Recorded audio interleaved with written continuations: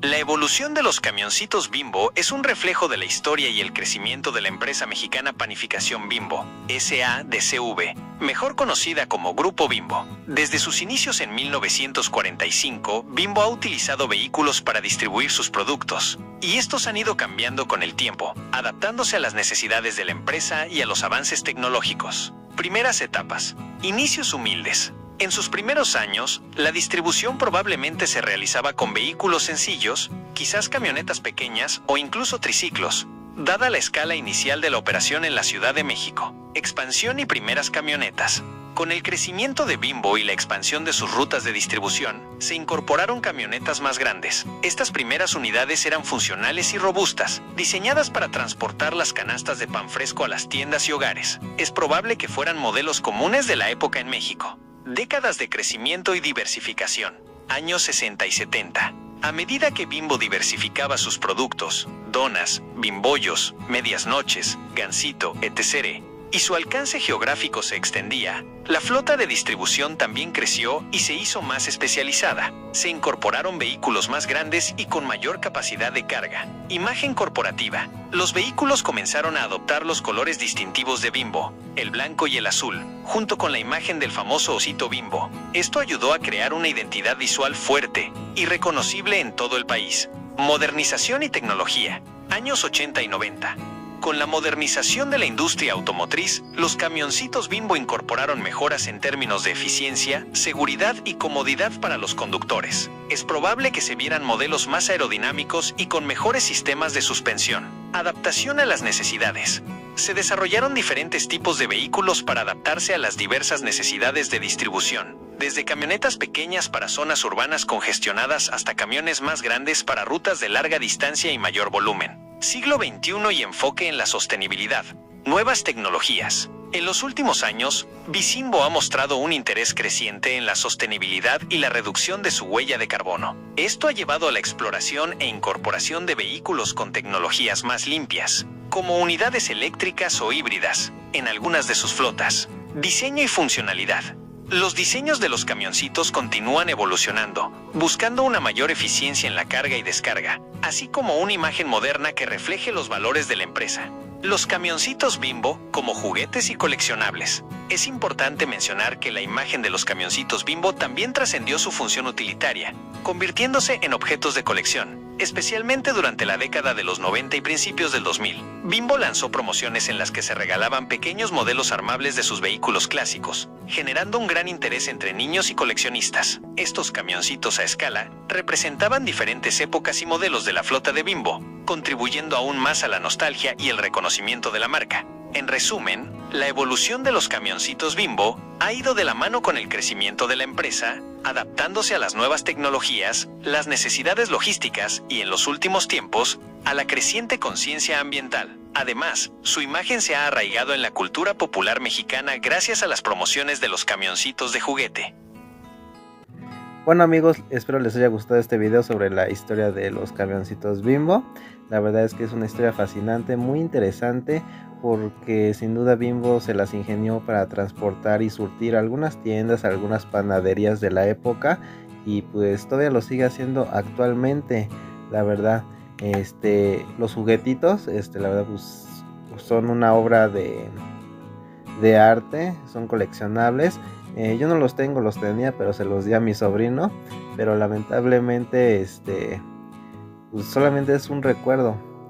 Y pues nada, la verdad es que es una historia inspiradora sobre Bimbo, el osito Bimbo y los juguetes. La verdad es que es una historia que hay que recordar, una historia de superación. Y pues nada, ¿vale? Espero les haya gustado este video, pronto subiré más. Y nos vemos para la próxima. Chao.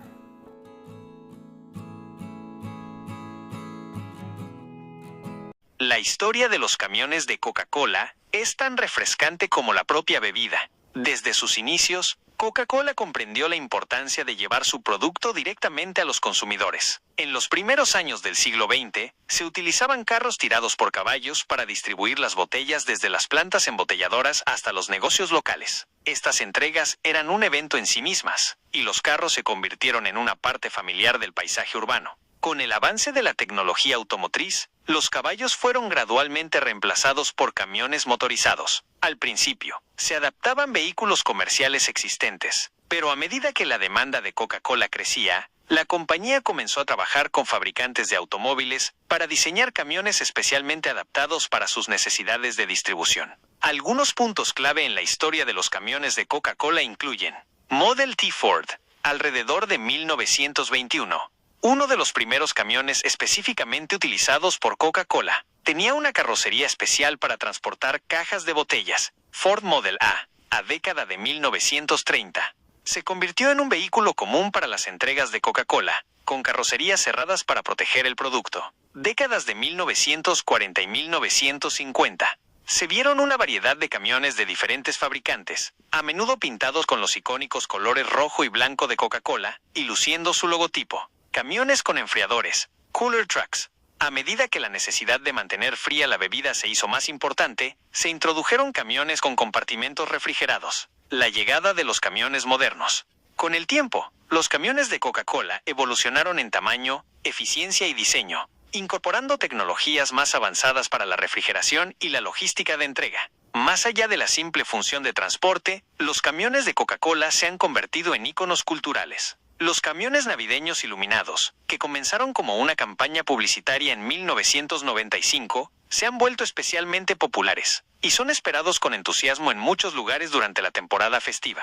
Hoy en día, una flota diversa de camiones, desde vehículos de reparto urbanos hasta grandes tráileres, continúa llevando la chispa de Coca-Cola a todos los rincones del mundo. Su historia es un reflejo del crecimiento y la evolución de una de las marcas más reconocidas a nivel global.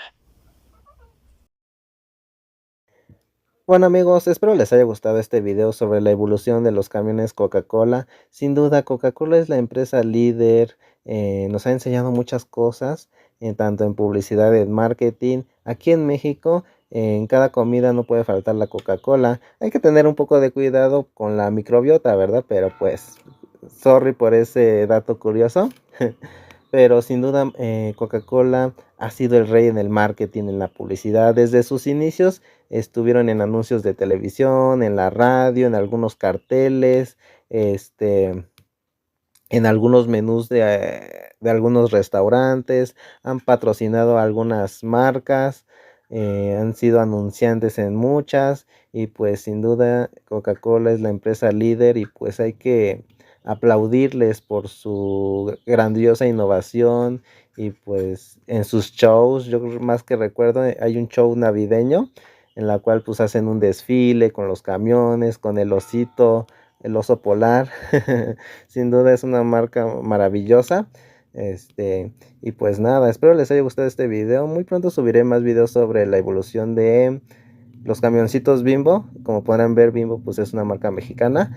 Y pues vamos a subir también algunos datos históricos sobre Reforma, sobre arquitectura, sobre historia de algún personaje de la Revolución Mexicana. En fin, vamos a tener una gran variedad de contenido.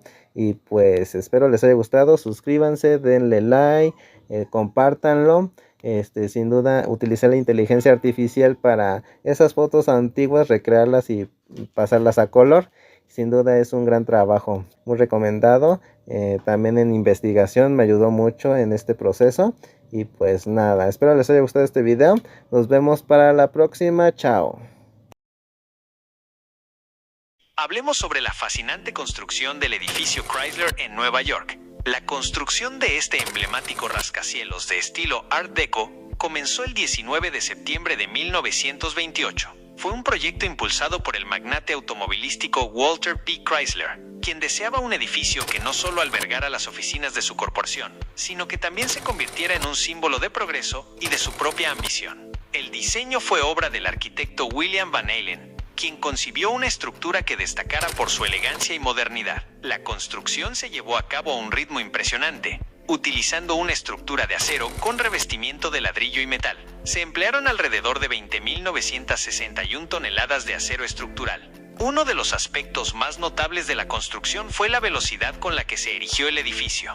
En un momento dado, se decía que se construían alrededor de 4 pisos por semana. Esta rapidez fue crucial en la famosa carrera hacia el cielo que se libraba en Nueva York en esa época, donde varios constructores competían por erigir el edificio más alto del mundo. Un momento culminante y lleno de ingenio fue la construcción y colocación de la aguja de acero inoxidable. Esta pieza icónica se ensambló en secreto en el interior del edificio y luego se elevó y se fijó a la cima en tan solo 90 minutos en octubre de 1929. Este movimiento sorpresa permitió que el edificio Chrysler superara en altura al 40 Wall Street, también conocido como el Trump Building en aquel entonces, y se convirtiera brevemente en el edificio más alto del mundo.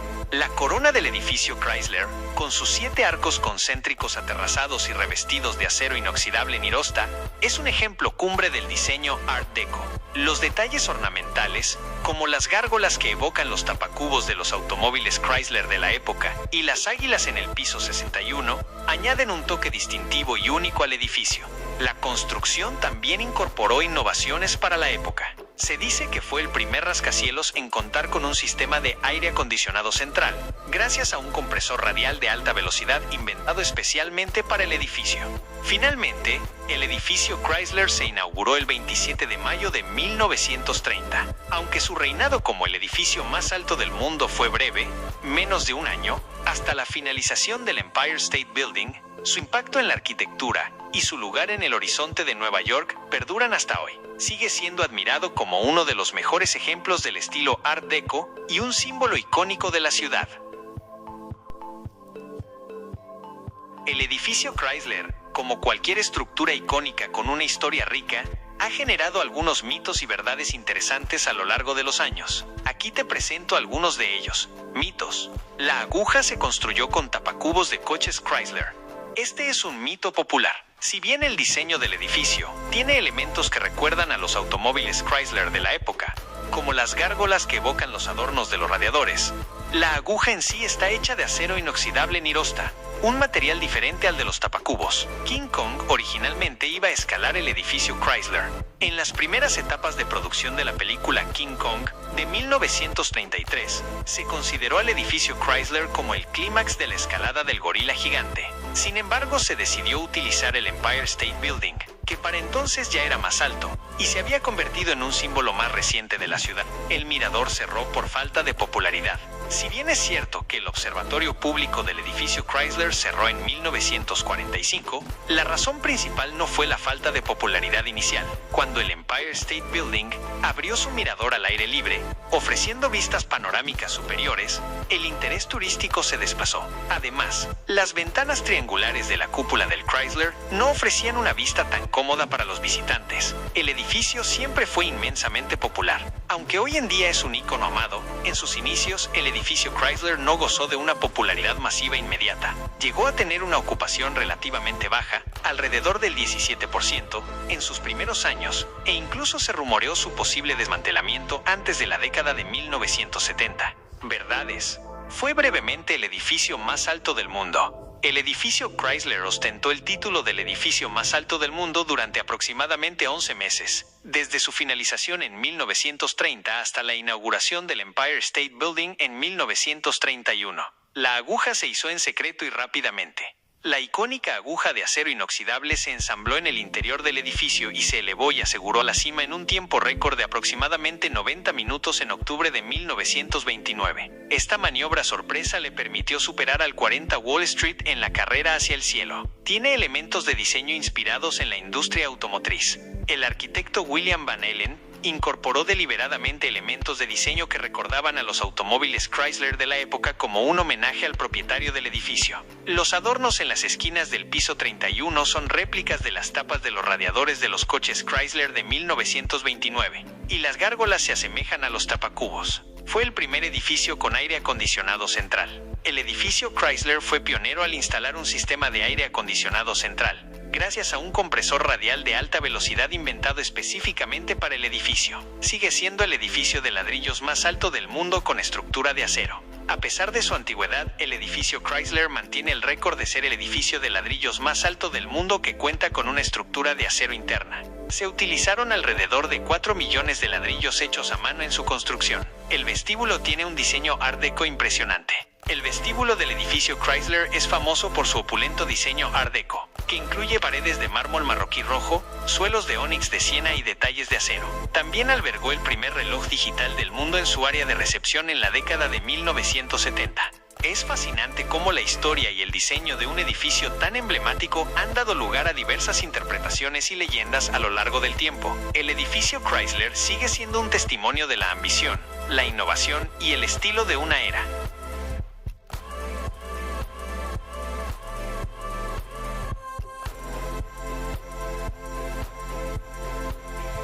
La historia de la construcción del Empire State Building es fascinante y está llena de ambición y determinación. A finales de la década de 1920, Nueva York estaba inmersa en una competencia por construir el edificio más alto del mundo. Dos proyectos principales rivalizaban por este título: el edificio Chrysler y el que se convertiría en el Empire State Building. La idea del Empire State Building surgió de una sociedad entre John J. Raskob, un ejecutivo de General Motors, y Al Smith, un exgobernador de Nueva York. Compraron el sitio del antiguo Waldorf Astoria Hotel en la Quinta Avenida y rápidamente se pusieron a trabajar. El diseño fue encargado al estudio de arquitectura Shreve, Lamb y Harmon, quienes completaron los planos en tan solo 2 semanas, una hazaña impresionante para la época. La construcción comenzó el 17 de marzo de 1930 y fue un ejemplo de eficiencia y planificación. Se utilizaron técnicas innovadoras para acelerar el proceso. Por ejemplo, las piezas de acero estructural se fabricaban fuera del sitio y se ensamblaban rápidamente en su lugar, como un gigantesco juego de mecano. El edificio crecía a un ritmo asombroso de aproximadamente 4,5 pisos por semana. Miles de trabajadores, muchos de ellos inmigrantes, trabajaron incansablemente en condiciones a menudo peligrosas. Se tomaron medidas de seguridad para la época, pero aún así hubo algunos accidentes fatales durante la construcción. En poco más de un año, el 1 de mayo de 1931, el Empire State Building fue oficialmente inaugurado. Con sus 381 metros de altura, sin contar la antena de televisión añadida posteriormente, superó al edificio Chrysler y se convirtió en el edificio más alto del mundo, un título que mantuvo durante casi 40 años. El nombre del edificio proviene del apodo del estado de Nueva York, el Empire State. Rápidamente se convirtió en un símbolo icónico de la ciudad y de la ambición humana. Curiosamente, durante sus primeros años, el edificio luchó por alcanzar la ocupación total debido a la Gran Depresión. Sin embargo, su majestuosidad y su lugar en la cultura popular, especialmente a través de películas como King Kong, aseguraron su lugar en la historia. Hoy en día, el Empire State Building sigue siendo un hito emblemático de Nueva York, atrayendo a millones de visitantes cada año que suben a sus observatorios para disfrutar de vistas panorámicas de la ciudad. Su construcción es un testimonio de la ingeniería, la organización y el espíritu indomable de una época. El Empire State Building, como cualquier estructura icónica, está rodeado de mitos y realidades fascinantes. Mitos. Estaba destinado a ser un muelle para dirigibles. Si bien la aguja superior se concibió inicialmente con la idea de que los dirigibles pudieran atracar allí, la realidad es que los fuertes vientos a esa altura hicieron que la idea fuera impracticable y peligrosa. Solo se intentó un atraque, que resultó difícil y se abandonó rápidamente el plan. Solo murieron 5 trabajadores durante la construcción. Aunque la cifra exacta es difícil de verificar, los registros históricos sugieren que el número de muertes durante la construcción fue ligeramente mayor, aunque sorprendentemente bajo para la magnitud del proyecto y las condiciones de la época. Se estima que fueron alrededor de 5 trabajadores. Hay un piso 103 secreto accesible solo para celebridades. Si bien existe un pequeño rellano sobre el piso 102 que no está abierto al público general, no es un piso secreto habitable. Se utiliza principalmente para equipos de transmisión y mantenimiento. Algunas celebridades han visitado este espacio para obtener vistas exclusivas, pero no es un destino regular. El diseño se inspiró directamente en un lápiz. Si bien la forma esbelta y elegante del Empire State Building recuerda a un lápiz, la leyenda de que el diseño surgió directamente de un lápiz puesto de pie es más bien una anécdota pintoresca que un hecho documentado. El estilo arquitectónico predominante es el Art Deco, muy popular en la época. Realidades. Fue el edificio más alto del mundo durante casi 40 años.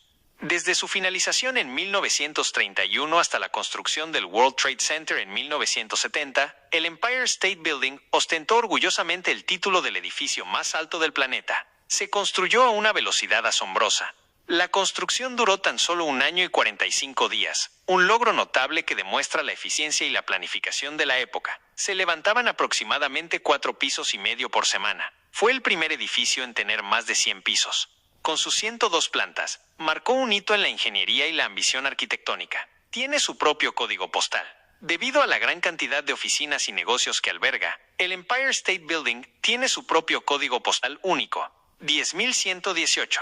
Es alcanzado por rayos con frecuencia. Dada su altura y ubicación prominente, el Empire State Building es impactado por rayos un promedio de 25 veces al año. Está equipado con pararrayos para proteger la estructura. Ha aparecido en numerosas películas y en la cultura popular. Su icónica silueta lo ha convertido en un símbolo reconocible a nivel mundial y ha sido protagonista de innumerables películas, siendo King Kong una de las más famosas. Sus luces se utilizan para conmemorar eventos. La parte superior del edificio se ilumina con diferentes colores para celebrar festividades, apoyar causas y honrar a personalidades. Alberga una carrera anual de subida de escaleras. El Empire State Building Run-Up es una desafiante competencia en la que participantes de todo el mundo suben los 1.576 escalones hasta el piso 86. El Empire State Building sigue siendo un testimonio de la ingeniería humana y un símbolo perdurable de Nueva York, donde la línea entre el mito y la realidad a menudo se entrelaza con su fascinante historia.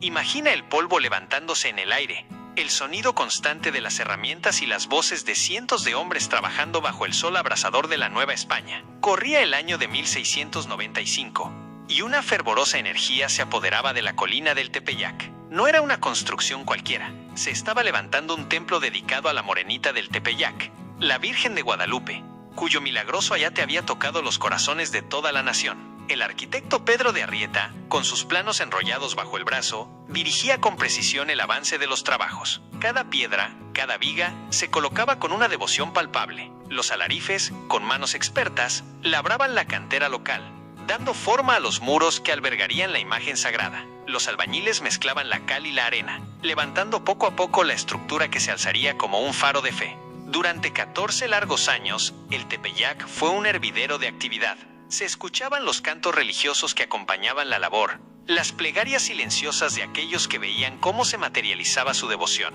Las familias de los alrededores ofrecían alimentos y agua a los trabajadores, sintiéndose parte de esta empresa sagrada. Finalmente, el primer día de mayo de 1709, las campanas repicaron con alegría. La antigua basílica, el templo expiatorio a Cristo Rey, abría sus puertas. Su fachada barroca, adornada con esculturas y detalles intrincados, brillaba bajo el sol. Dentro, el aroma a incienso se mezclaba con el fervor de los fieles que acudían a venerar la imagen de la Virgen. Durante casi 3 siglos, esta basílica fue el corazón de la fe guadalupana. Sin embargo, el suelo arcilloso sobre el que se asentaba comenzó a ceder. Las paredes se agrietaron y la estructura sufrió un lento pero inexorable hundimiento. Era doloroso ver cómo el templo que tanto amor y esfuerzo había costado se deterioraba. Fue entonces, en la década de 1970, cuando surgió la necesidad de construir un nuevo hogar para la Virgen. El arquitecto Manuel González Flores asumió la monumental tarea de diseñar una basílica moderna, capaz de albergar a los millones de peregrinos que llegaban cada año. La construcción de la nueva basílica fue un desafío de ingeniería. Se utilizaron técnicas innovadoras para asegurar su estabilidad en el terreno complejo. 344 pilotes de control se hundieron profundamente en la tierra para sostener la imponente estructura circular, un diseño que permitía a los fieles acercarse a la imagen de la Virgen desde cualquier punto. En poco más de 2 años, la nueva basílica se alzó majestuosa, con su techo de cobre verde y su amplio atrio. El 12 de octubre de 1976, en una emotiva ceremonia, la imagen original de la Virgen de Guadalupe fue trasladada solemnemente desde la antigua basílica a su nuevo hogar. La antigua basílica, testigo de siglos de fe, cerró sus puertas durante muchos años, pero finalmente fue restaurada, conservando su belleza histórica. Hoy, ambas basílicas se yerguen en el Tepeyac, la antigua como un recuerdo de los primeros tiempos, y la nueva como un vibrante centro de peregrinación, un testimonio del amor inquebrantable de un pueblo por su morenita. Cada piedra, cada detalle, cuenta la historia de una fe que se construyó con esfuerzo, devoción, y la esperanza de tener a la Madre de Dios siempre cerca.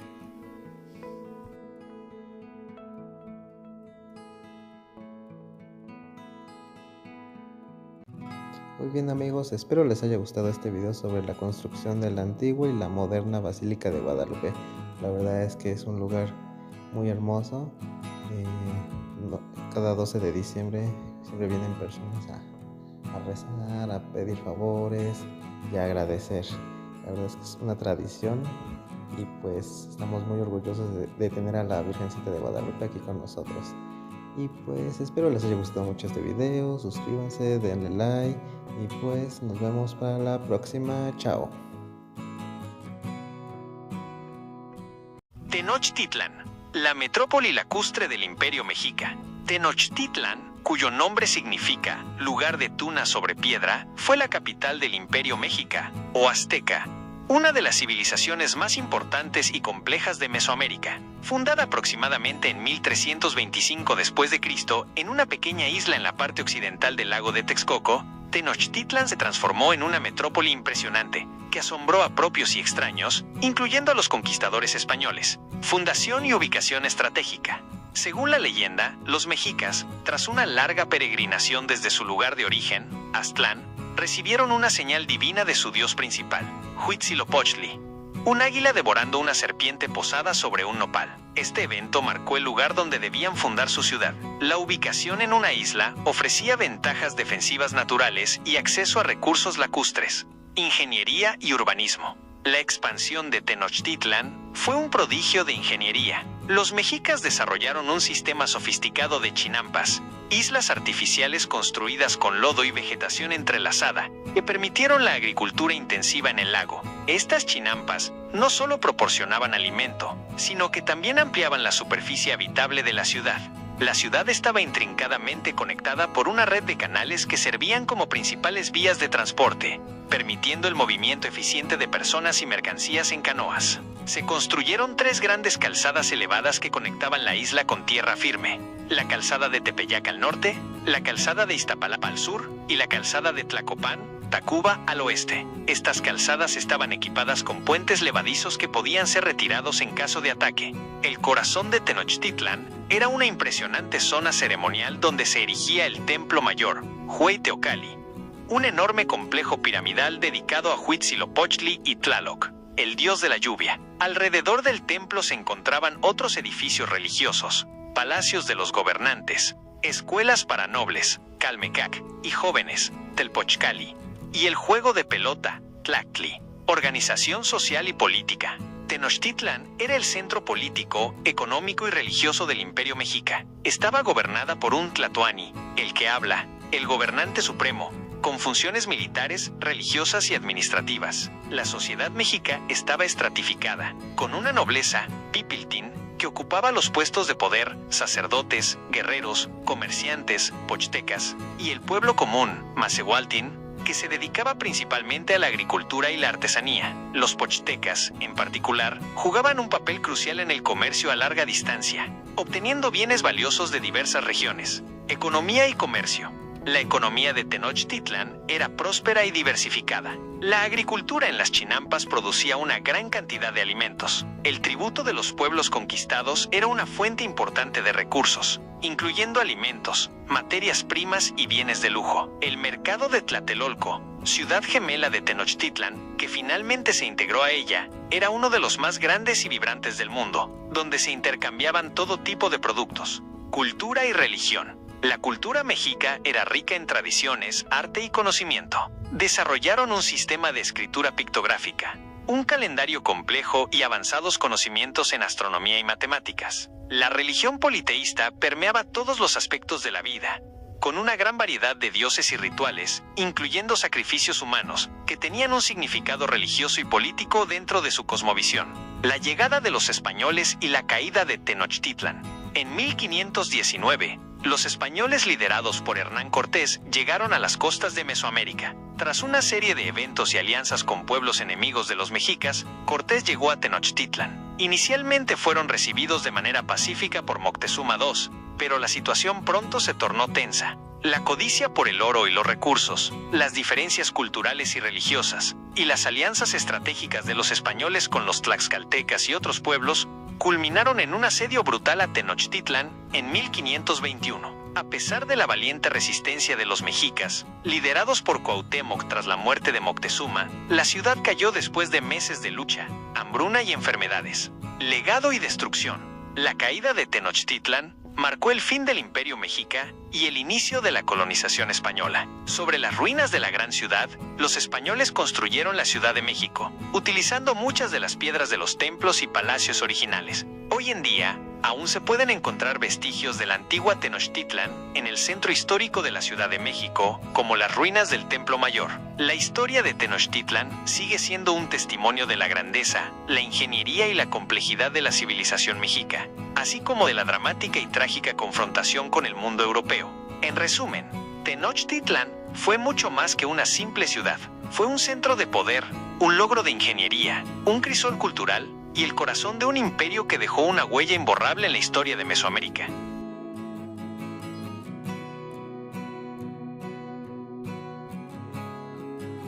La construcción de la Torre Latinoamericana es una historia fascinante, marcada por la innovación en ingeniería y su notable resistencia sísmica. Aquí te platico los puntos más importantes.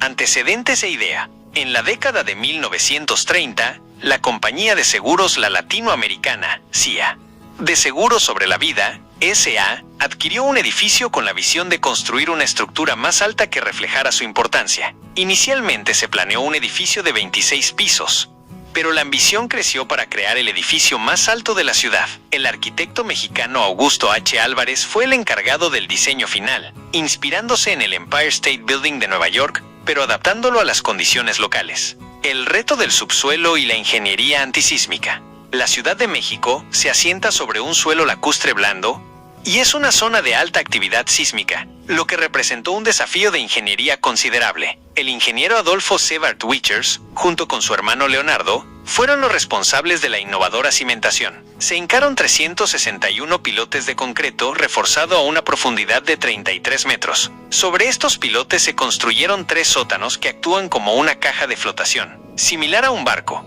permitiendo que el edificio se mueva de forma controlada durante los sismos en lugar de colapsar. El consultor en ingeniería sísmica fue Nathan Mortimer Newmark, reconocido por sus estudios sobre el comportamiento de las estructuras ante terremotos. La estructura del edificio se realizó con una combinación de acero y concreto reforzado, diseñada para ser flexible y absorber la energía de los movimientos telúricos. Se utilizaron alrededor de 3.200 toneladas de acero estructural y de refuerzo, y 39.000 metros cúbicos de concreto. Se incorporaron amortiguadores sísmicos para reducir aún más el impacto de los temblores. Construcción. La construcción comenzó en febrero de 1948 y se extendió por 8 años, finalizando a principios de 1956. Toda la estructura metálica fue remachada a mano por trabajadores mexicanos. Se instalaron 8 elevadores de alta velocidad, que en su momento fueron considerados los más rápidos del mundo. La torre alcanzó una altura de 181.33 metros incluyendo su antena, convirtiéndose en el edificio más alto de América Latina al momento de su inauguración, el 30 de abril de 1956. Significado e impacto. La Torre Latinoamericana se convirtió en un ícono de la Ciudad de México y un símbolo de la modernidad y la resiliencia de los mexicanos ante los sismos. Demostró que era posible construir rascacielos seguros en zonas sísmicas con la aplicación de ingeniería avanzada. Sobrevivió a importantes terremotos, como el de 1957 y los de 1985 y 2017, probando la efectividad de su diseño antisísmico. En 1957 recibió un premio del American Institute of Steel Construction por su resistencia al terremoto de ese año. Durante 27 años, fue el edificio más alto de México. Actualmente alberga oficinas, un museo de su historia, un restaurante y un famoso mirador en el piso 44 que ofrece vistas panorámicas de la ciudad. En resumen, la construcción de la Torre Latinoamericana fue un logro de la ingeniería mexicana que desafió las condiciones del subsuelo y la actividad sísmica, marcando un hito en la arquitectura de rascacielos a nivel mundial. Su historia es un testimonio de la capacidad humana para innovar y construir estructuras seguras incluso en entornos desafiantes. Bueno amigos, espero les haya gustado esta pequeña historia sobre la Torre Latino. La verdad es que es muy fascinante cómo esta torre ha vivido 3 sismos aquí en la Ciudad de México.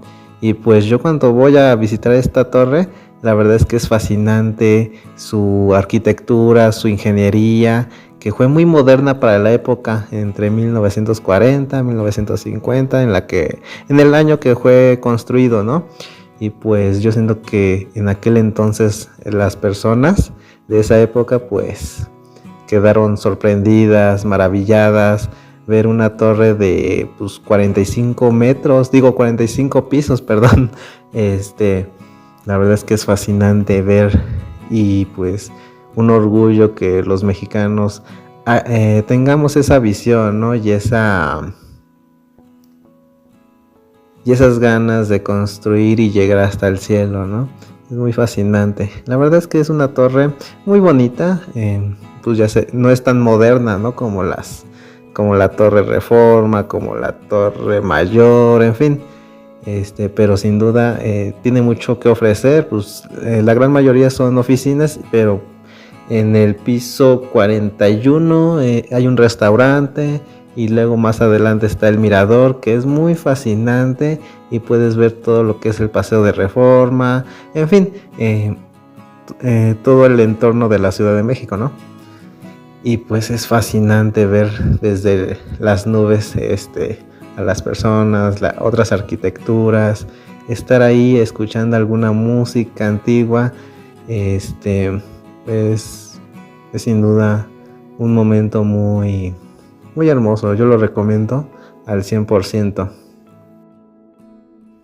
El sol de la tarde se colaba entre los edificios del centro, tiñendo de un dorado melancólico el asfalto bullicioso. Desde mi ventana, en un edificio vecino que ya no existe, la veía alzarse majestuosa.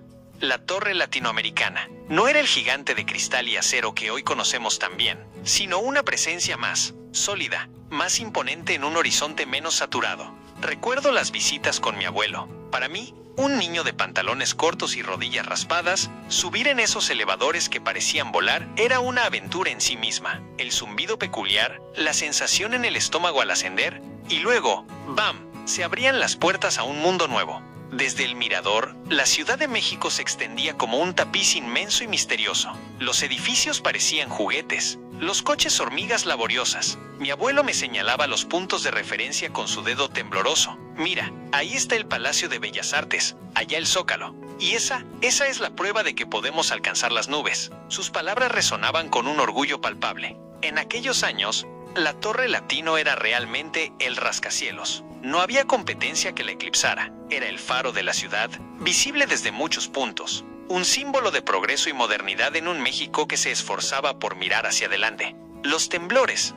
Los temblores. Recuerdo el nerviosismo en el aire. Las luces que a veces parpadeaban. Pero la torre se mantenía firme, como un roble centenario en medio de la tormenta. Mi abuelo siempre decía con una sonrisa sabia: ella sabe cómo bailar con la tierra. Y así era. La veíamos moverse suavemente desde la ventana. Una danza extraña pero tranquilizadora. Con el tiempo, la ciudad creció. Nuevos edificios se alzaron, más altos, más modernos. La Torre Latinoamericana dejó de ser la cumbre indiscutible, pero nunca perdió su lugar especial en mi corazón. Cada vez que la veo, incluso ahora con sus años a cuestas, me transporta a esas tardes con mi abuelo, a la emoción infantil de conquistar las alturas, a la sensación de que todo era posible en esa ciudad vibrante que se extendía a sus pies. La Latino ya no es la más alta, pero sigue siendo la más nuestra, la que nos enseñó a mirar el horizonte con esperanza, la que nos demostró que, incluso en tierra movediza, se pueden construir sueños que tocan el cielo. Su silueta en el atardecer sigue siendo un eco dulce de un pasado que se siente tan cercano. Acompáñame en este viaje en el tiempo para descubrir la fascinante historia detrás de la construcción del Monumento a la Revolución.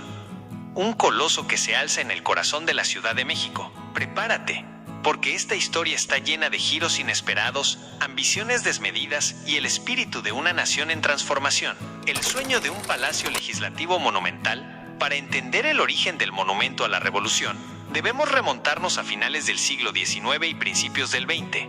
Una época en la que México, bajo el régimen de Porfirio Díaz, buscaba proyectar una imagen de modernidad y progreso. En este contexto, se lanzó un ambicioso proyecto: la construcción de un nuevo palacio legislativo que superara en grandeza a todos los existentes. En 1897, se convocó a un concurso internacional para diseñar esta magna obra. El proyecto ganador fue el del arquitecto francés Émile Bernard, un visionario que imaginó un palacio de proporciones colosales, con una cúpula imponente y fachadas adornadas con esculturas alegóricas. La idea era crear un símbolo del poder y la estabilidad del gobierno porfirista. Los terrenos elegidos para esta monumental construcción se ubicaron en los antiguos terrenos de la Hacienda de la Hormiga, un espacio amplio que permitía la edificación de un complejo de gran escala. Se iniciaron los trabajos de cimentación con gran entusiasmo, utilizando los materiales y las técnicas más avanzadas de la época. Se trajeron canteras de diferentes puntos del país y se importaron elementos decorativos desde Europa.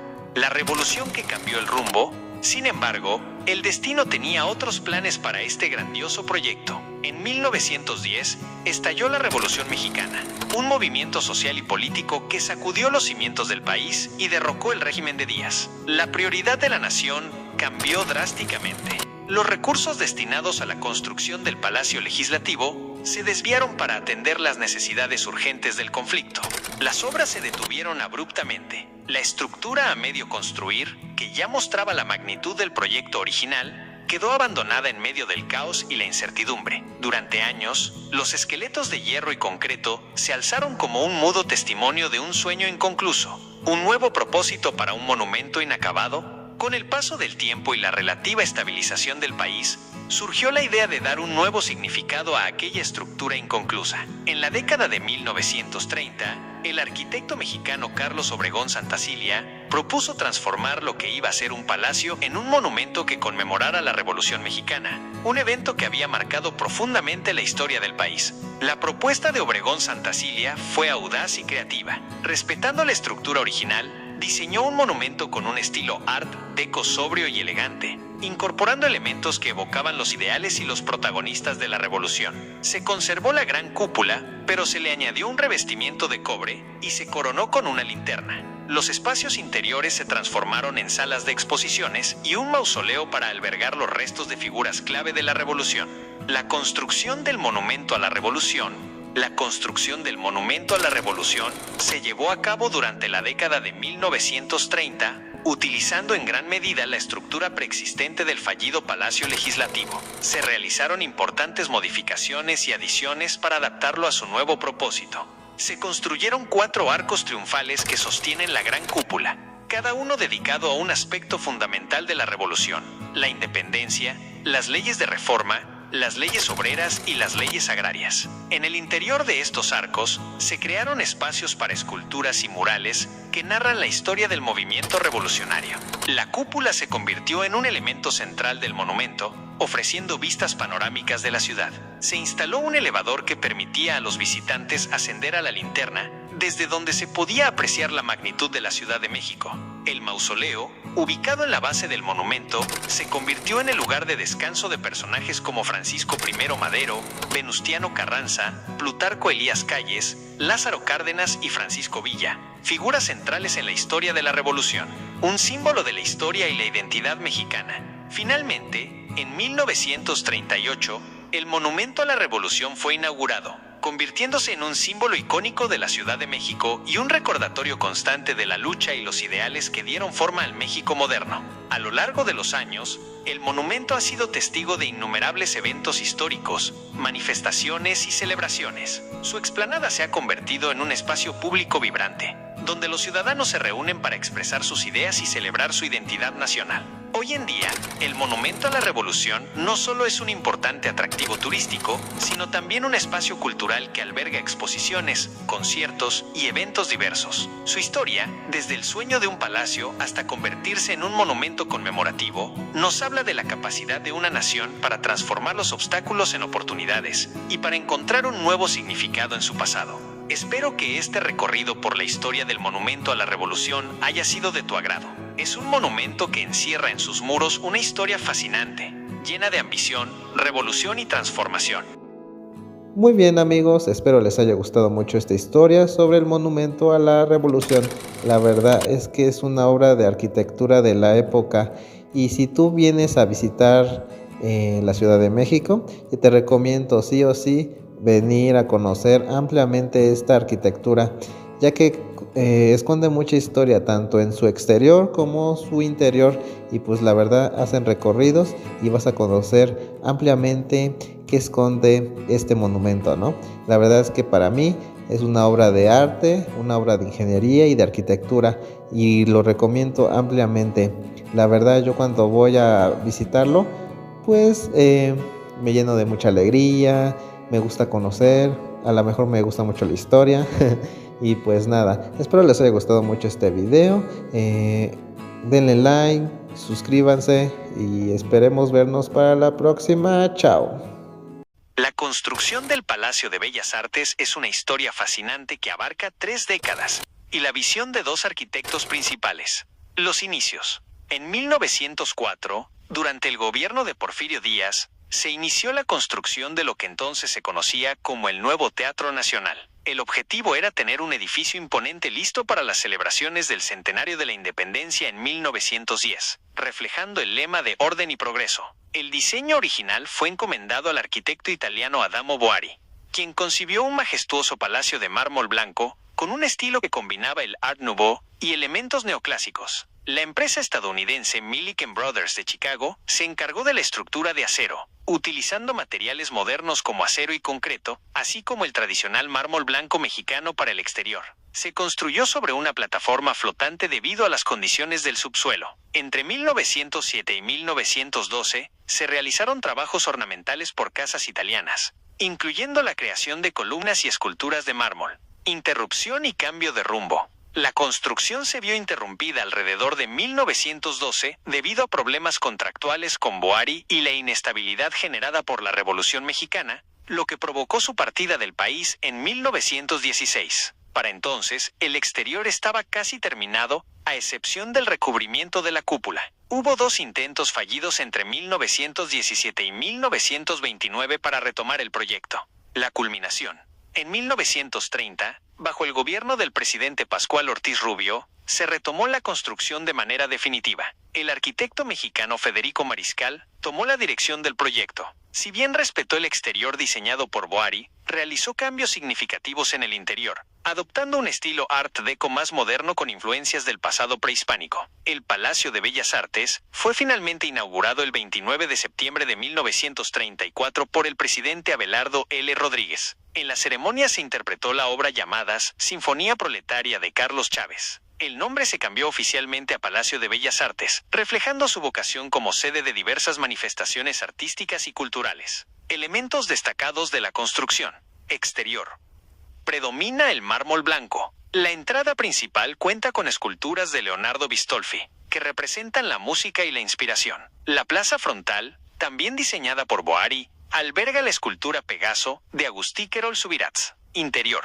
Presenta un estilo Art Deco. Destaca la cortina de cristal opalescente, diseñada por Harry Stoner, para la casa Louis C. Tiffany de Nueva York, que representa los volcanes Popocatépetl e Iztaccíhuatl.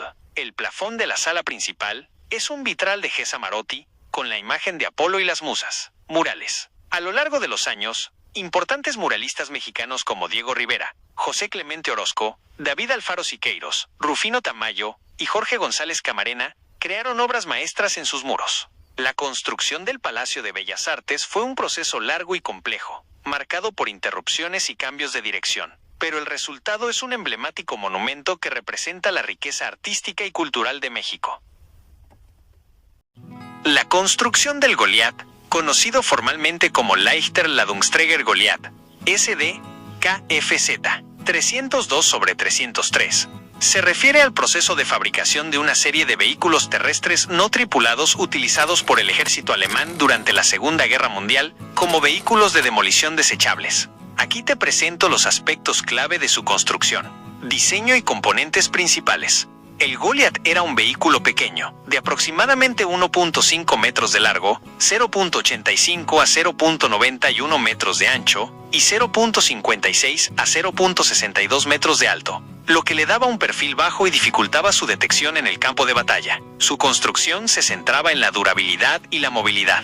Contenía 3 compartimentos principales, un carrete de cable en la parte trasera, una planta de energía en el medio, una carga explosiva en la parte delantera. Se desplazaba mediante orugas accionadas por ruedas dentadas delanteras. Estaba construido con placas de blindaje delgadas, que ofrecían poca protección contra el fuego de armas pequeñas. Sistemas de control. Todas las versiones del Goliath se controlaban remotamente a través de un cable largo enrollado que conectaba el vehículo a la unidad de control del operador. Este cable transmitía señales eléctricas que permitían al operador dirigir el vehículo y controlar sus movimientos. Algunos modelos tenían cables de hasta 650 metros de longitud, lo que permitía a los operadores mantenerse a una distancia segura. El cable contenía 3 hilos y 2 para controlar los movimientos del vehículo. La unidad de control tenía 3 interruptores que el operador utilizaba para enviar comandos al Goliath, permitiendo una dirección precisa. Variantes y motorización. Existieron principalmente 2 versiones del Goliath, que diferían en su sistema de propulsión y otras características. SD, KFZ 302, Goliath E. Esta fue la primera versión y utilizaba 2 motores eléctricos Bosch de 2.5 kilovatios cada uno. Se fabricaron aproximadamente 2.650 unidades. Su velocidad máxima era de unos 10 kilómetros por hora y tenía un alcance limitado por la longitud del cable de control, hasta 1.5 kilómetros, que podía reducirse en terrenos difíciles o con frío. La carga explosiva inicial era de 60 kilogramos, aunque en modelos posteriores se aumentó a 75 kilogramos. SD, KFZ 303, Goliath Kendo. Esta versión posterior utilizaba un motor de gasolina Sundap de 2 cilindros y 703 centímetros cúbicos que producía 12.5 CV, lo que le proporcionaba mayor velocidad, hasta 11.5 kilómetros por hora, y alcance. El cable de control podía ser más largo, hasta 2 kilómetros. También ofrecía una mayor capacidad de carga explosiva, generalmente de 100 kilogramos, y un blindaje frontal más grueso, 10 milímetros. Se produjeron alrededor de 4.929 unidades de las variantes 303 y 303B. Fabricación. El desarrollo inicial del Goliath comenzó alrededor de 1940 por la compañía Borgward. Posteriormente, Sundap también participó en la fabricación, especialmente de la versión con motor de gasolina. La producción se llevó a cabo entre 1942 y 1945. Propósito. El Goliath fue diseñado como un vehículo de demolición desechable para ser utilizado en diversas tareas, como destruir tanques enemigos, interrumpir formaciones de infantería densas y demoler edificios o puentes. El vehículo se dirigía hacia el objetivo. A pesar de la gran cantidad de unidades producidas, más de 7.500 en total, el Goliath no se consideró un arma exitosa debido a su alto costo unitario, baja velocidad, poca distancia al suelo, la vulnerabilidad del cable de control y su delgado blindaje. Sin embargo, representa uno de los primeros intentos de utilizar sistemas de armas controlados remotamente en el campo de batalla. Muy bien amigos, espero les haya gustado mucho esta historia. La verdad es que los alemanes impulsaron muchos proyectos muy interesantes de ingeniería, diseño, como los aviones a reacción, los cohetes V2, y este tipo de robots teledirigidos. La verdad es que sin duda es una obra de ingeniería y pues sin duda los alemanes hicieron grandes avances, también han hecho, pero es importante saber que este tipo de instrumentos se debe de utilizar para el bien, para investigación, en fin, sí ayudó mucho a la ingeniería aquí en Occidente, pero pues espero les haya gustado mucho este video. Son datos muy interesantes, a mí me asombran y me gustan este tipo de historias. Y pues esperemos vernos para la próxima. Ya saben, suscríbanse, denle like y pues nos vemos para la próxima. Chao.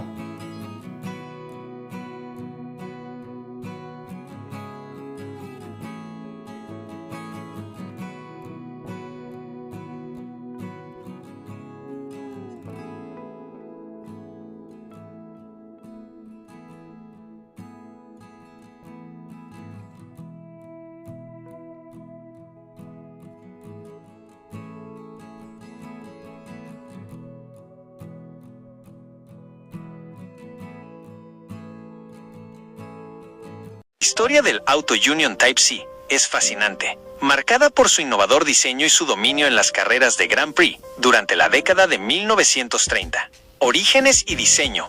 A principios de la década de 1930, los fabricantes de automóviles alemanes Audi, DKW, Horch y Wanderer se fusionaron para formar Auto Union, con el objetivo de competir con el poderoso Mercedes-Benz en el mundo del automovilismo. Para lograr esto, Auto Union recurrió al renombrado ingeniero Ferdinand Porsche y a Adolf Rosenberger, quienes ya estaban trabajando en un revolucionario coche de gran premio. Porsche concibió un diseño radical para la época: un coche de motor central trasero y tracción trasera. Esta configuración, inusual en ese entonces, ofrecía una mejor distribución del peso, lo que teóricamente proporcionaba ventajas en el manejo. El diseño presentaba, de adelante hacia atrás, el radiador, el conductor, el tanque de combustible y el motor.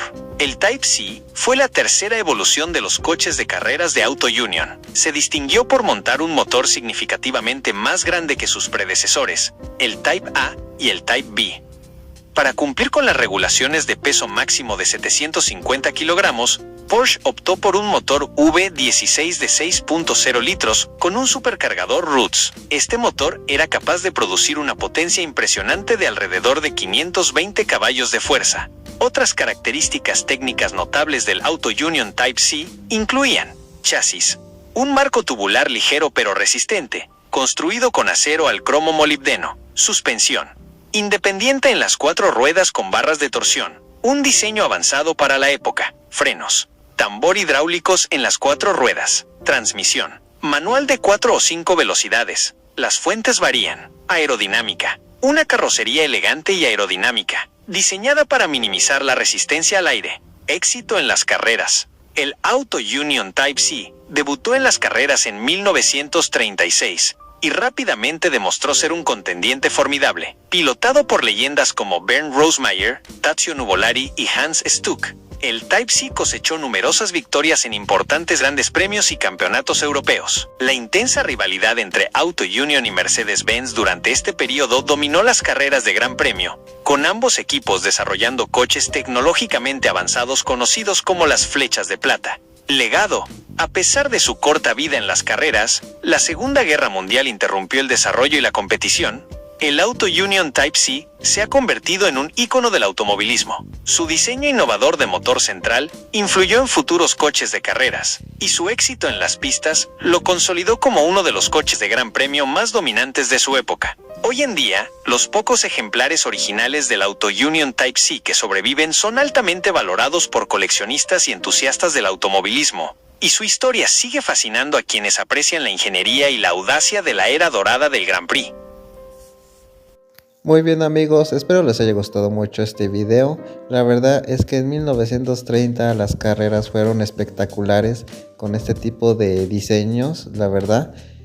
Fueron una obra de ingeniería, en mecánica, en diseño. La verdad es que yo veo el carro y me enamoré sinceramente, la verdad.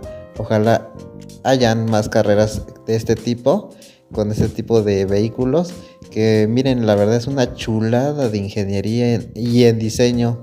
También subiré muy próximamente algunos autos de la Mercedes-Benz y las carreras en 1930. Y pues la verdad que miren qué maravilla de diseño. Wow, estoy enamorado.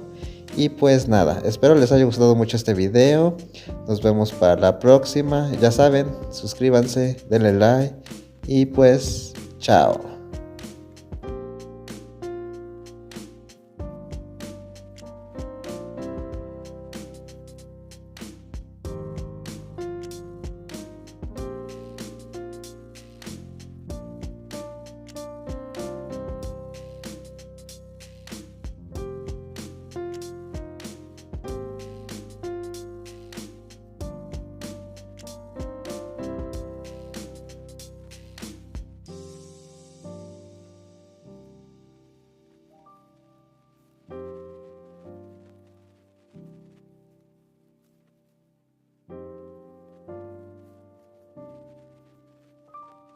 La historia del primer tanque de guerra, el británico Mark I, es fascinante y marcó un antes y un después en la guerra terrestre. Aquí te presento un resumen de su desarrollo y su impacto. El contexto.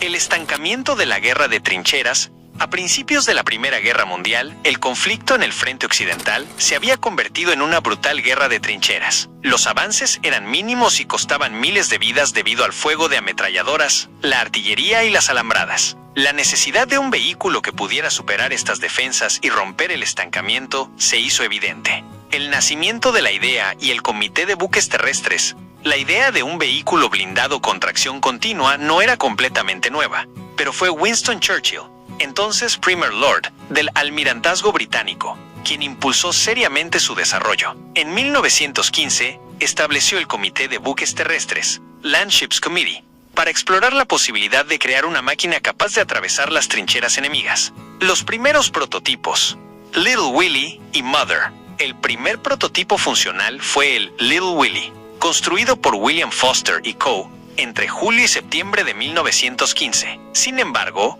este diseño presentaba limitaciones, especialmente en su capacidad para cruzar trincheras anchas. A partir de las lecciones aprendidas con Little Willie, se desarrolló un nuevo diseño con una forma romboidal y orugas que rodeaban todo el vehículo. Este prototipo, completado en diciembre de 1915, fue conocido como Mother, también llamado Big Willie o His Majesty's Land Ship Centipede. Mother demostró ser mucho más capaz de superar obstáculos y trincheras. El Mark I, el primer tanque de combate. El diseño de Mother evolucionó hasta convertirse en el Mark I, el primer tanque de guerra operativo del mundo. Se produjeron 150 unidades, divididas en dos tipos principales. Male, equipado con dos cañones de 6 libras 57 milímetros en los laterales, en estructuras llamadas sponsons, y varias ametralladoras. Female, equipado únicamente con ametralladoras, ya que se consideraba que el apoyo de infantería también requería potencia de fuego antipersonal.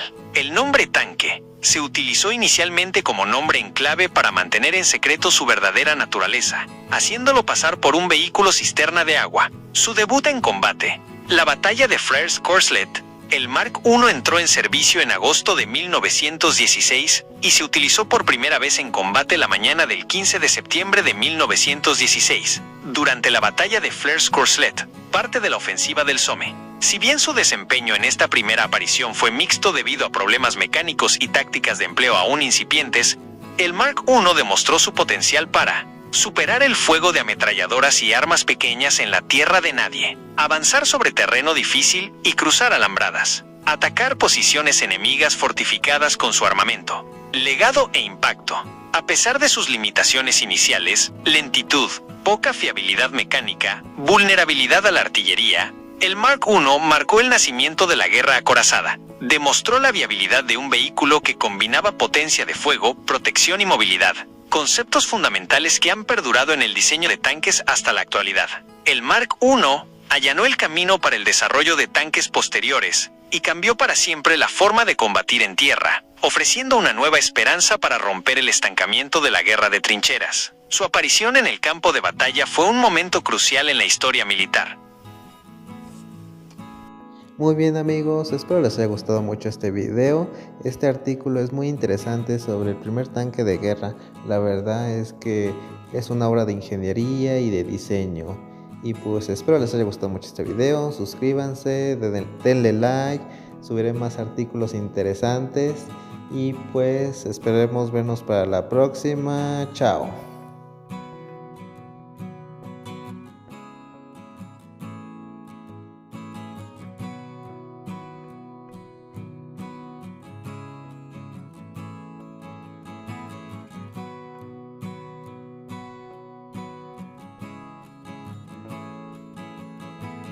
Hablemos del primer automóvil de BMW, el BMW 3/15 PS, cariñosamente conocido como el Dixie. Su historia es bastante interesante y marca el inicio de BMW como fabricante de automóviles. Los orígenes de Dixie a BMW. Para entender el BMW 3/15 PS, primero debemos hablar de la empresa que lo originó, Automobilwerk Eisenach.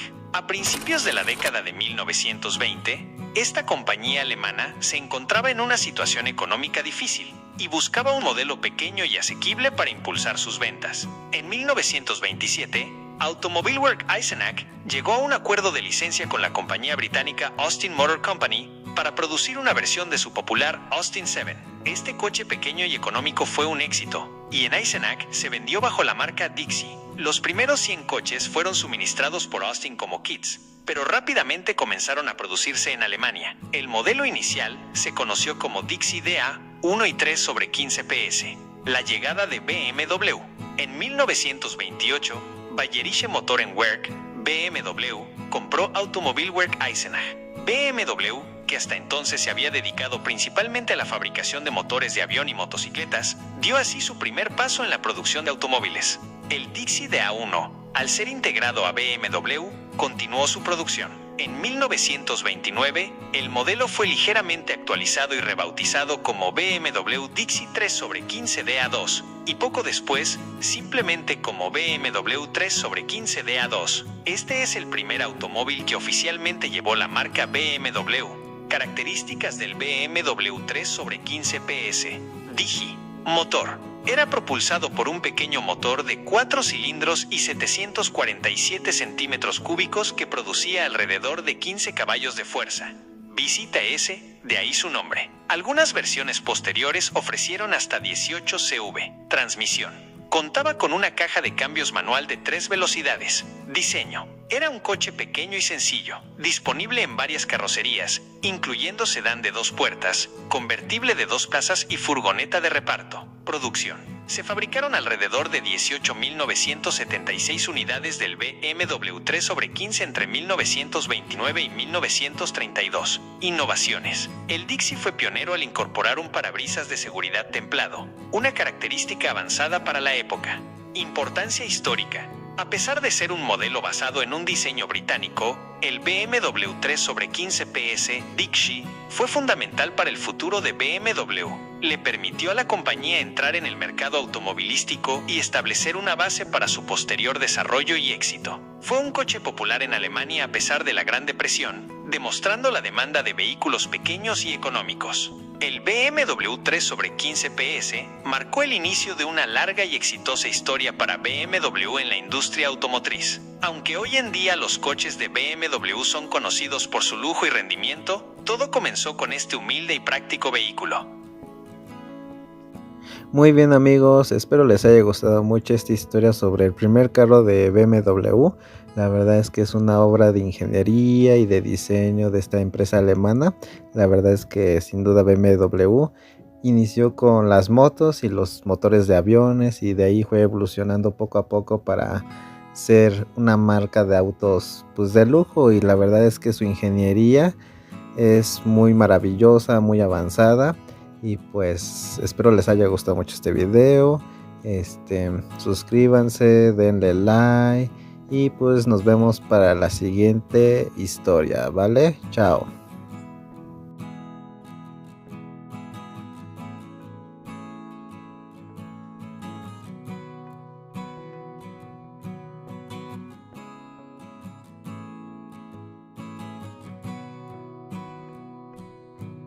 La historia de la construcción del Volkswagen Escarabajo es fascinante y está llena de giros inesperados. Aquí te la cuento. Los orígenes de la idea. La idea de un coche del pueblo, Volkswagen en alemán, surgió mucho antes de que el famoso escarabajo viera la luz. A principios de la década de 1930, en Alemania, existía el deseo de un automóvil asequible y práctico para las masas. Ferdinand Porsche y el encargo de Hitler. En 1934, Ferdinand Porsche, un brillante ingeniero automotriz, recibió el encargo del gobierno alemán, liderado por Adolf Hitler, de diseñar y construir este coche del pueblo. Hitler tenía una visión clara: un vehículo robusto, económico, capaz de transportar a una familia de 5, alcanzar una velocidad de crucero de 100 km por hora y que costara menos de 1000 Reichsmarks. Porsche y su equipo se pusieron manos a la obra, basándose en ideas y diseños previos del propio Porsche y de otros ingenieros como Béla Barényi y Joseph Ganz. Se crearon varios prototipos que sentaron las bases del diseño característico del escarabajo. Su forma redondeada y aerodinámica, el motor trasero refrigerado por aire y la suspensión independiente, la fábrica de Wolfsburg y la Segunda Guerra Mundial. Para la producción en masa del nuevo vehículo, se construyó una enorme fábrica en una nueva ciudad, que más tarde se conocería como Wolfsburg. Sin embargo, el estallido de la Segunda Guerra Mundial en 1939 desvió la producción hacia vehículos militares, como el Kübelwagen y el Schwimmwagen, Basados en la plataforma del escarabajo, la producción civil del coche del pueblo quedó en suspenso. El renacimiento tras la guerra. Tras el final de la guerra, la fábrica de Wolfsburg quedó bajo control de las fuerzas de ocupación británicas. Contra todo pronóstico, un oficial británico, el Major Ivan Hurst, reconoció el potencial del diseño de Porsche y logró reactivar la producción civil del Volkswagen Tipo 1 en 1945. El Beetle conquista el mundo. A partir de entonces, la producción del escarabajo creció de manera constante. Su diseño sencillo, su fiabilidad mecánica y su precio asequible lo convirtieron en un éxito de ventas en Alemania y, progresivamente, en todo el mundo. En muchos países se le dio el apodo cariñoso de Beetle, escarabajo en inglés, por su peculiar forma. El escarabajo se convirtió en un símbolo de la recuperación económica de la posguerra en Alemania y en un ícono de la cultura automovilística global. Su producción se extendió por décadas, con modificaciones y mejoras, hasta convertirse en uno de los coches más longevos y vendidos de la historia. La producción en la planta de Puebla, México, cesó finalmente en 2003, marcando el fin de una era para este legendario automóvil. Espero que esta historia te haya resultado interesante. El Volkswagen Escarabajo, como todo ícono, está rodeado de mitos y realidades fascinantes. Vamos a separar unos de otros. Mitos. Hitler diseñó el escarabajo. Si bien Hitler encargó a Ferdinand Porsche la creación de un coche del pueblo, el diseño en sí fue principalmente obra de Porsche y su equipo, basándose en ideas preexistentes de otros ingenieros como Bela Bareggi y Joseph Ganz. Hitler influyó en los requerimientos básicos, precio, capacidad, etc., pero no en los detalles técnicos o estéticos. El escarabajo flotaba en el agua. Esta es una leyenda popular, alimentada por alguna publicidad y modificaciones puntuales. Si bien su construcción sellada le daba cierta flotabilidad momentánea, no era un vehículo anfibio de fábrica. Hubo intentos de modificarlo para navegar, pero no era una característica estándar. El juego del poncho era una tradición mundial. El famoso juego de golpear en el brazo al ver un escarabajo, poncho no juego más, es principalmente una tradición mexicana y de algunos otros países de Latinoamérica. No era una costumbre global. El escarabajo siempre fue un coche seguro. Si bien para su época ofrecía ciertas ventajas, en términos de seguridad moderna el escarabajo era bastante vulnerable. Su estructura, la ubicación del depósito de gasolina y otras características lo hacían menos seguro en colisiones comparado con vehículos más recientes. Todas las refacciones del escarabajo clásico son fáciles de conseguir hoy en día. Aunque existe una gran comunidad y aún se fabrican muchas piezas, algunas refacciones originales de los modelos más antiguos pueden ser difíciles y costosas de encontrar. Realidades. Fue concebido como un coche accesible para las masas. La visión original era crear un vehículo económico, fiable y práctico para que las familias alemanas pudieran tener su propio automóvil. Ferdinand Porsche fue clave en su desarrollo.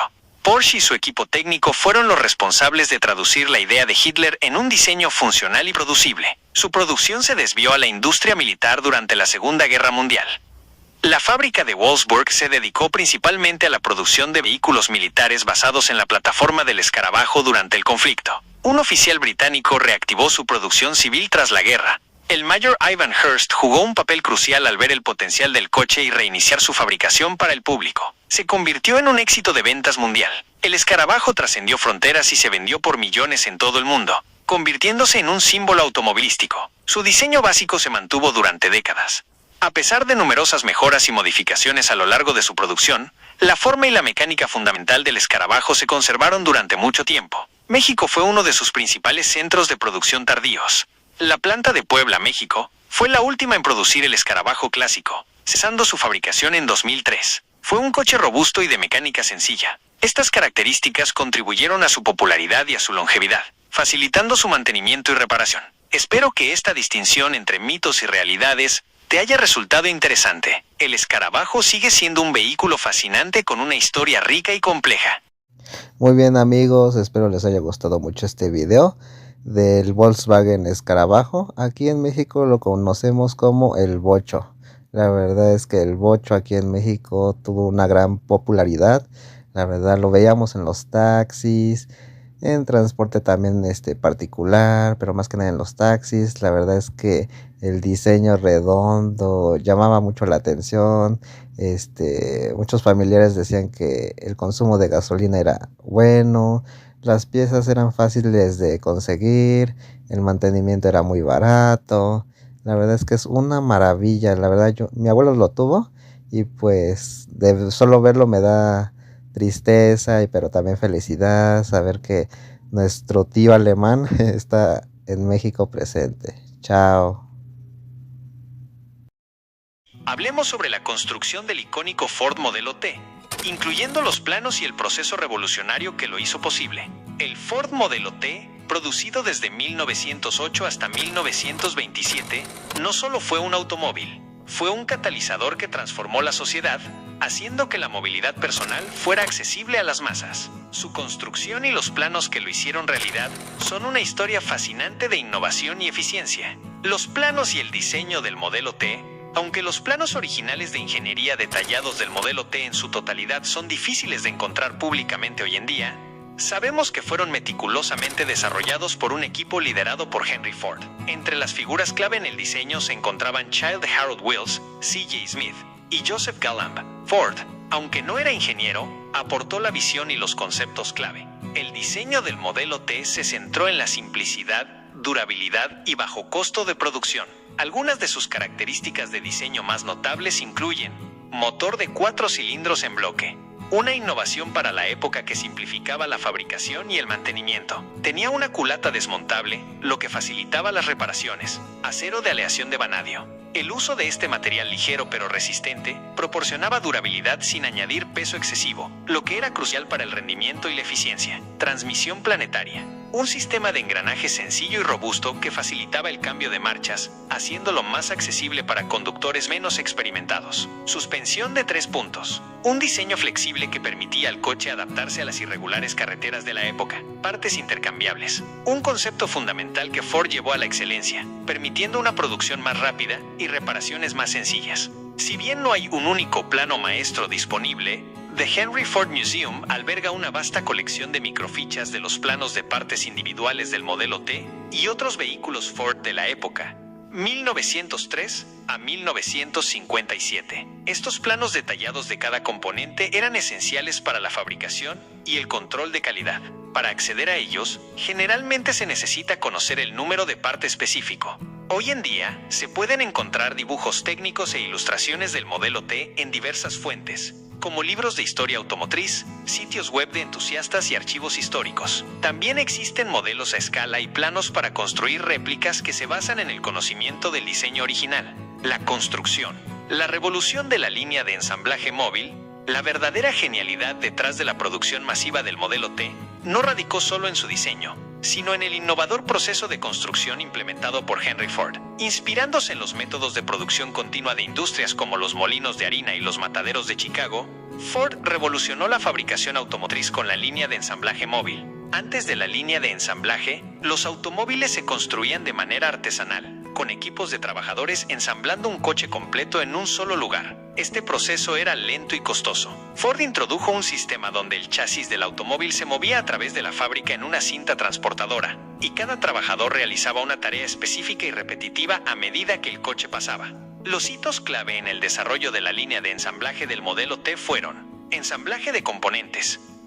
Inicialmente, se implementaron líneas de ensamblaje para componentes individuales como el motor y el magneto. La primera línea de ensamblaje móvil para el chasis, 1913.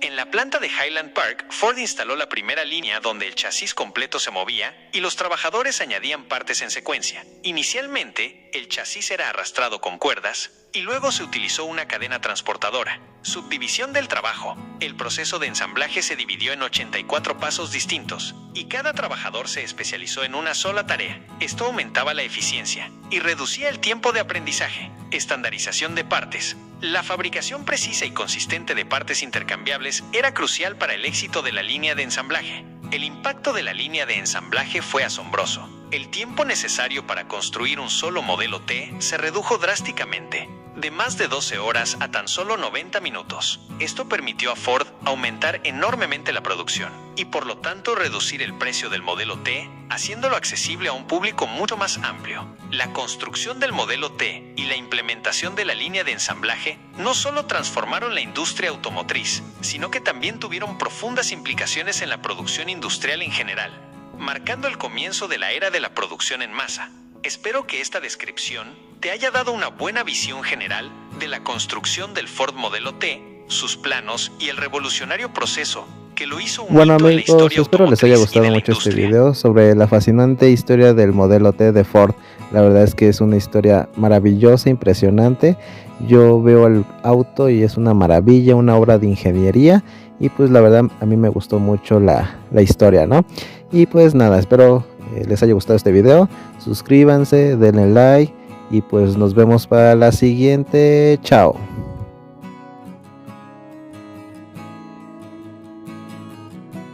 Historia de la construcción del Mercedes-Benz Patent Wagen, conocido originalmente como el Benz Patent Motor Wagen, es un relato fundamental en la historia del automóvil. Aquí te presento un resumen de su desarrollo, los inicios y la visión de Carl Benz. Un sueño de independencia. A Carl Benz, un ingeniero alemán con una profunda fascinación por la tecnología, le obsesionaba la idea de crear un vehículo autopropulsado, independiente de los caballos, trabajo pionero en motores. Antes de aventurarse con los automóviles, Benz ya tenía experiencia en la construcción de motores de combustión interna estacionarios. Esta base de conocimiento fue crucial para su posterior invención. Integración del motor y el chasis. A diferencia de otros inventores de la época que intentaban adaptar motores a carruajes existentes, Benz concibió un vehículo donde el motor y el chasis se diseñarían como una unidad integrada. Esta fue una idea revolucionaria. El desarrollo del Patent Motor Wagen. Construcción del primer prototipo. 1885.